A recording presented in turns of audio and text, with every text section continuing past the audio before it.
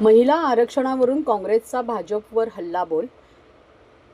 महिला आरक्षण विधेयकाच्या मुद्द्यावरून काँग्रेसने मोदी सरकारवर जोरदार हल्लाबोल करत भाजपला दुतोंडी ठरवले आहे.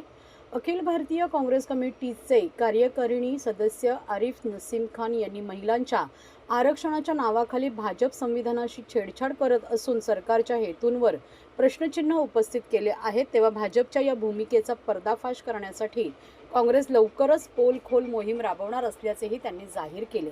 नारी शक्ती विधेयक नामंजूर झाल्यावरून एकीकडे भाजपने देशभरात विरोधकांविरुद्ध रान पेटवले असताना काँग्रेसच्या आरिफ नसीम खान यांनी ठाण्यात पत्रकार परिषद घेत केंद्रातील भाजप सरकारवर टीकेची झोड उडवली.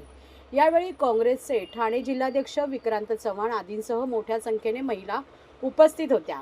आरिफ खान पुढे म्हणाल्या, महिला संदर्भातील विधेयक नामंजूर होण्यात भाजपचाच हात असून खोटं बोला आणि रेटून बोला हीच मोदी सरकारची भूमिका आहे.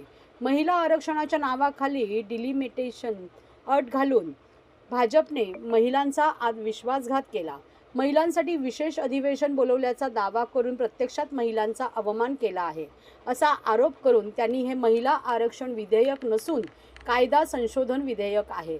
2023 मध्ये काँग्रेस आणि इतर पक्षांनी 33% महिला आरक्षणासाठी या विधेयकाला लोकसभेत पाठिंबा दिला होता. मात्र या प्रक्रियेमुळे लोकशाही आणि संविधानाला तडा जाण्याची शक्यता लक्षात आल्यानंतर काँग्रेससह इंडिया आघाडीतील पक्षांनी आत्ताच्या या विधेयकाला विरोध केल्याचे खान म्हणाले. 2023 मध्ये सोनिया गांधी यांच्या पुढाकाराने महिला आरक्षणाचा मुद्दा पुढे आला होता. काँग्रेसने नेहमीच महिला आणि मागासवर्गीयांच्या हक्कांसाठी पाठिंबा दिला आहे. मात्र भाजपमध्ये महिला राज्य अध्यक्ष का नाहीत? भाजप महिलांप्रती प्रेम दाखवते, मात्र प्रत्यक्षात त्यांची कृती वेगळीच असल्याचा आरोप करून संविधानाच्या विरोधात कोणताही निर्णय स्वीकारला जाणार नाही असेही खान यांनी यावेळी स्पष्ट केले. आरक्षणासंबंधित काँग्रेसची भूमिका स्पष्ट आहे की महिलांना आरक्षण मिळायला पाहिजे. म्हणून 2023 मध्ये काँग्रेस पक्षाने महिला आरक्षण विधेयकाला समर्थन देण्याचं काम लोकसभामध्ये आणि राज्यसभामध्ये केला होता. म्हणून तो कायदा पास झाला. परंतु दुर्दैव आहे त्यावेळीपासून सोनिया गांधीजी, काँग्रेसचे राष्ट्रीय अध्यक्ष खरगे साहेब, देशाचे विरोधी पक्ष नेते राहुल गांधीजी मागणी करत आहेत वारंवार की त्या बिल जो कायदा करण्यात आलेला आहे 2023 मध्ये त्यांना त्वरित लागू करावा. परंतु आजपर्यंत मोदीजीची सरकारने तो कायदा लागू केला नसल्यामुळे आम्हाला असा वाटतोय की भारतीय जनता पक्षाला, मोदी सरकारला महिलांना आरक्षण द्यायचं नाही आहे. म्हणून अशा प्रकारच्या गैरसंविधानिक संविधान संशोधन विधेयक त्यांनी महिलांच्या आरक्षणाच्या नावाखाली या गेल्या अधिवेशनामध्ये आणला, जो चुकीचा होता, गैरसंविधानिक होता, नियमबाह्य होता, लोकतांत्रिक प्रक्रियेला धोका होता. म्हणून त्याला आम्ही सर्वांनी विरोध केलेला आहे.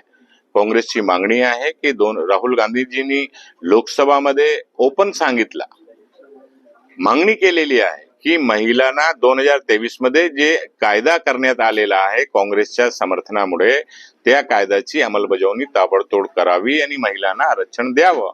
तर काँग्रेसची भूमिका स्पष्ट आहे, महिलांना आरक्षण मिळायला पाहिजे आणि मोदी सरकारने ताबडतोब 2023चा कायदा लागू केला पाहिजे. महिला आरक्षणासाठी जनगणना आणि डिलिमिटेशन जरुरी आहे का? काही जरुरी नाही. जो कायदा 2023 मध्ये पारित झालेला आहे त्याप्रमाणे सध्याच्या लोकसभामध्ये जो स्ट्रेंथ आहे त्या स्ट्रेंथच्या आधारावर आरक्षण लागू करून दिला पाहिजे. जर त्यांना डिलिमिटेशन करायचे असेल तर त्याच्यासाठी जी प्रक्रिया आहे कायद्याची आणि लोकशाही पद्धतीने ती संपूर्ण प्रक्रिया पूर्ण करून ते पण केला पाहिजे. काँग्रेसचा कुठेही विरोध नाहीये. काँग्रेसचा विरोध संविधान आणि लोकशाहीची हत्या करणारा बॅकडोर कायदा बनवण्याच्या, कायद्यामध्ये संशोधन करण्याचा जो बिल आणला होता त्याचा विरोध होता. म्हणून ते बिल पाडण्याचं काम आम्ही सर्वांनी मिळून केलेलं आहे.